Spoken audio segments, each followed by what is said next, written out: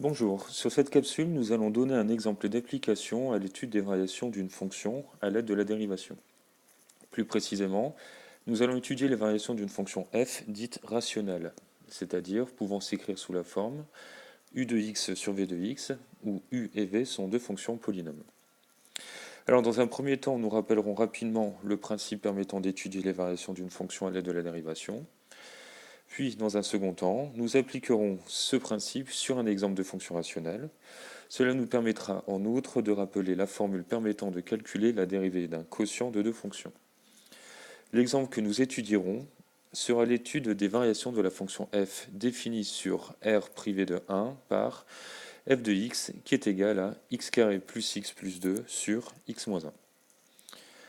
Commençons donc par rappeler le principe de l'étude des variations d'une fonction à l'aide de la dérivation. Prenons une fonction f, dérivable sur un ensemble i, et appelons f' sa fonction dérivée.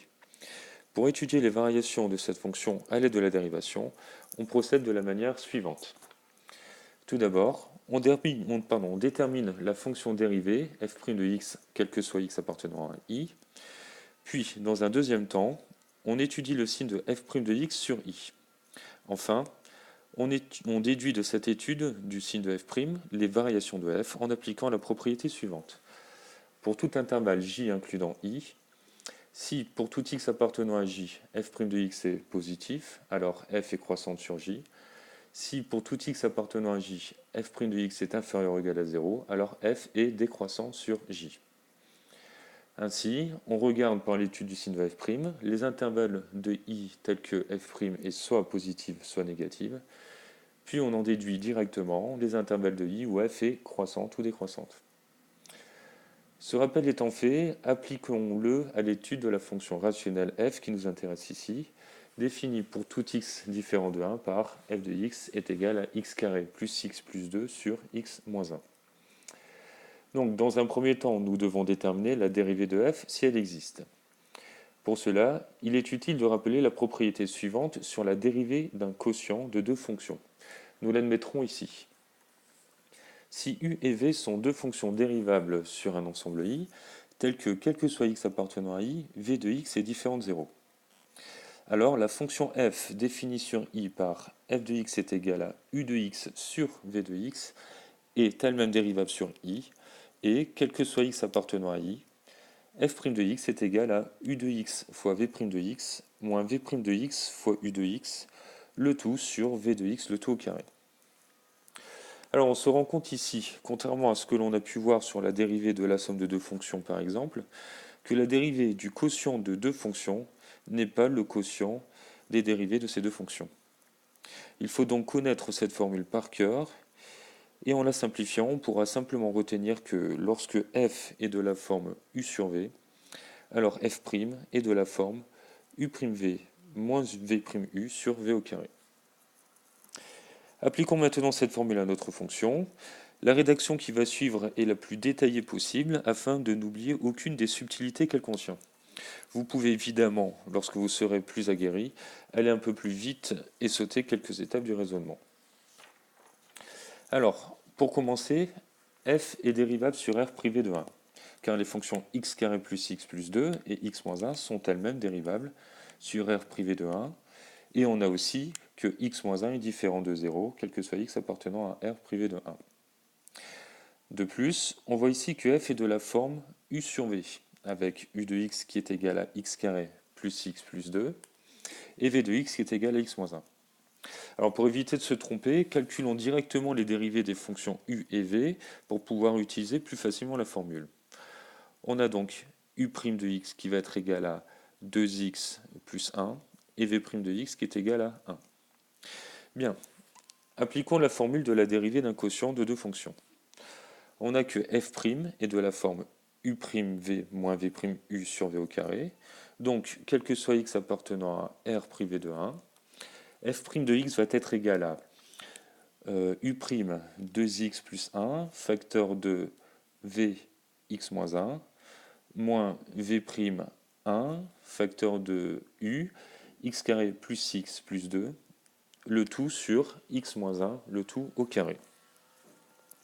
Alors à ce stade, on a obtenu la dérivée de f.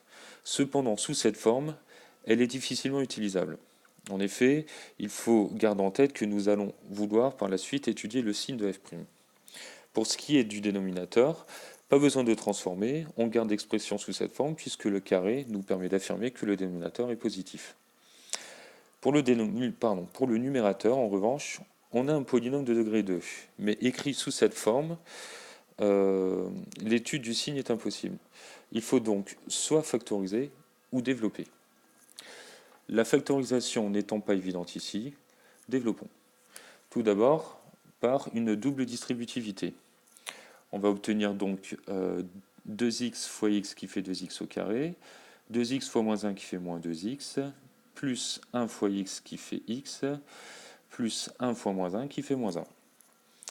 Et ensuite, on distribue le moins 1 dans la deuxième parenthèse, ce qui nous donne moins x au carré, moins x, moins 2. Enfin, pour terminer, on réduit et on obtient x carré moins 2x moins 3 sur x moins 1 le tout au carré. Nous pouvons donc maintenant passer à l'étude du signe de f' sur R privé de 1. Alors ici, f' est un quotient de deux polynômes. Il faut donc d'abord déterminer les racines de chacun d'entre eux. Tout d'abord, déterminons les racines éventuelles de x carré moins 2x moins 3. Alors c'est un polynôme de degré 2. On calcule donc le discriminant qui, avec a est égal à 1, b est égal à moins 2 et c est égal à moins 3, donne moins 2 au carré, moins 4 fois 1 fois moins 3, c'est-à-dire 4 plus 12 qui est égal à 16. Comme delta est positif, on a donc deux racines. X1 qui va être égal à 2 moins racine carrée de 16 sur 2 fois 1, qui va nous donner 2 moins 4 sur 2, donc moins 1. Et pour x2, 2 plus racine carrée de 16 sur 2 fois 1, qui est égal à 2 plus 4 sur 2, qui est égal à 3. Pour les racines éventuelles de x moins 1 au carré, c'est plus simple. X moins 1 au carré est égal à 0, c'est équivalent à dire que x moins 1 est égal à 0, et donc que x est égal à 1. 1 qui est d'ailleurs ici la valeur interdite de la fonction f. Voilà, on peut maintenant dresser le tableau de signes de f' en étudiant sur la deuxième ligne le signe du numérateur x carré moins 2x plus 3, sur la troisième ligne le signe du dénominateur x moins 1 au carré, et en déduire enfin le signe de f' en utilisant les règles de signe d'un quotient.